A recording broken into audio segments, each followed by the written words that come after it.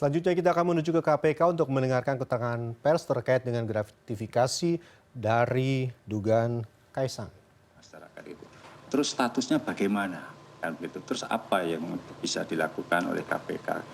Kemarin saya sampaikan bahwa kita akan mengklarifikasi. Tentu untuk menetapkan status gratifikasi itu harus kita cari dulu kan, ya. Kita minta yang bersangkutan untuk menjelaskan, ya, menerangkan, ya, terkait dengan ya apa yang dia terima. Tapi kan berkembang juga pertanyaan kan Saudara Kaisang bukan penyelenggara negara, Pak. Kan kemarin sudah saya sampaikan, patut diduga ada hubungannya dengan penyelenggara negara. Makanya kami akan klarifikasi. Teman-teman wartawan, apakah ada yang bertanya ya di lewat WA, apakah KPK itu hanya berwenang memeriksa gratifikasi kalau menyangkut penyelenggara negara? Saya sampaikan iya, ya kan gitu kan. Kenapa kami membutuhkan penjelasan dari Saudara Kaisang terkait hal ini? Karena kami menduga patut diduga, ya, patut diduga itu ada kaitannya dengan penyelenggara negara. Kan kita tahu kan orang tua dari Saudara Kaisang seperti itu, kan gitu kan. Karena apa, teman-teman? Meskipun seseorang itu bukan penyelenggara negara, ya, tetapi kami menduga ada kaitannya dengan penyelenggara negara.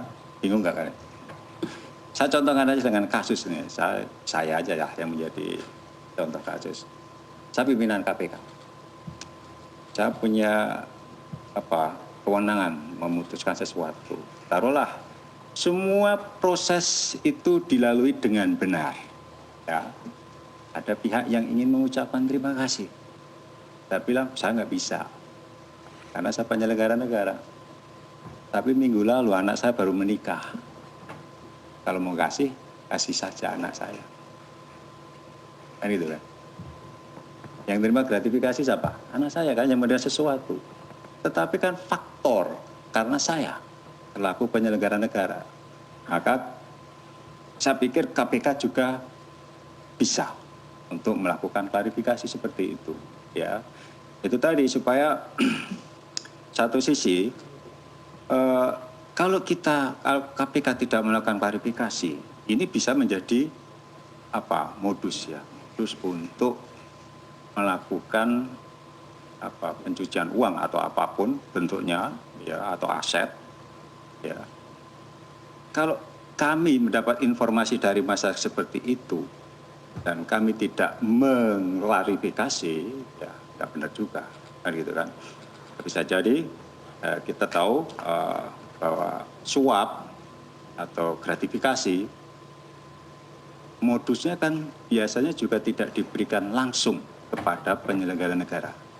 Dalam berbagai fakta persidangan pun terungkap bahwa penerimaan gratifikasi atau suap itu diatasnamakan orang lain, kan begitu. Jadi itu kan gratifikasi juga. Tapi pada intinya teman-teman, untuk mengetahui apakah fasilitas itu gratifikasi atau bukan, KPK perlu penjelasan, perlu keterangan dari yang bersangkutan. Itu intinya. Makanya kami perlu klarifikasi, kami perlu menjawab pertanyaan-pertanyaan yang timbul di tengah masyarakat terkait dengan fasilitas buat Saudara Kaisang tadi itu, gitu. Sebetulnya ini semua masih dalam ranah pencegahan, kan begitu. Jadi gratifikasi, LHKPN itu kan semuanya masih dalam ranah pencegahan dan juga untuk pendidikan anti korupsi, kan gitu. Di mana letak unsur pendidikan anti korupsinya, kita tahu ya Saudara Kaisang itu sekarang menjadi ketua umum PSI kan, dan KPK beberapa waktu yang lalu kan sudah melakukan pendidikan politik cerdas berintegritas. Nah, dalam rangka itulah kami ya mendorong saudara Kaisang itu ya supaya di dalam perilaku kehidupan sehari-hari maupun selaku ketua partai politik, itu juga bisa menjadi role model nilai-nilai anti korupsi. Gitu. Salah satunya apa? Nilai-nilai anti korupsi, hidup sederhana, kan itu sederhana. Nah, ini yang sebetulnya kami harapkan dari proses klarifikasi itu. Buat yang bersangkutan juga baik, kan begitu. Pasti nanti setelah beliau menjelaskan, semua akan menjadi terang benderang. Taruhlah misalnya, ya itu bagian nggak ada hubungannya dengan PN. Jangan masalah. Ada hubungan dengan bisnis, kan seperti itu. Kan yang di media kan juga sudah ada informasi terkait dengan kegiatan usaha Mas Kaisang tadi itu. Ya nggak ada persoalan. Misalnya, enggak, ini bagian dari fasilitas yang diberikan oleh perusahaan. Nggak ada persoalan. Ini bukan korupsi kan, bukan gratifikasi. Apakah selesai itu? Oh enggak, gitu kan. Kalau itu fasilitas yang diberikan oleh perusahaan pada saudara Kaisang, berarti itu kan bagian dari penghasilan. Biarlah menjadi urusannya Kementerian Keuangan, dalam hal ini Direktorat Jenderal Pajak. Ketika nanti ada laporan pajak, tinggal dicek apakah ada penghasilan berupa fasilitas tadi itu. Nilainya berapa kemarin itu? 8 ya. Lihat ya. Itu.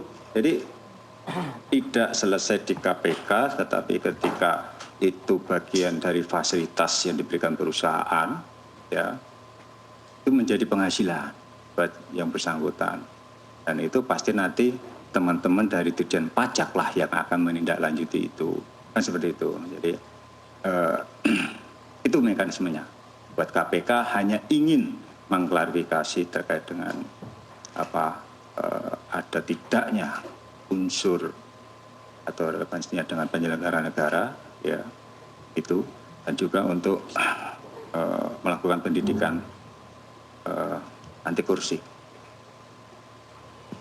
Terus apalagi terkait dengan LHKPN juga ada juga dari berita-berita juga ya terkait dengan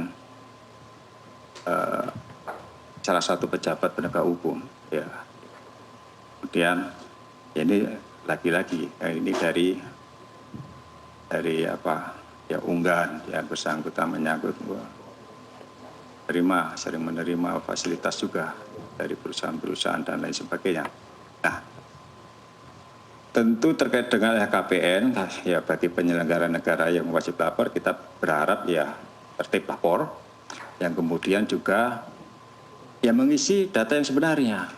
Nah, bagaimana kalau ada penyelenggara negara itu selama 5 tahun hartanya itu nggak nambah, nggak berubah dan lain sebagainya, gitu kan? Ya pasti nanti kami klarifikasi, ya kami klarifikasi.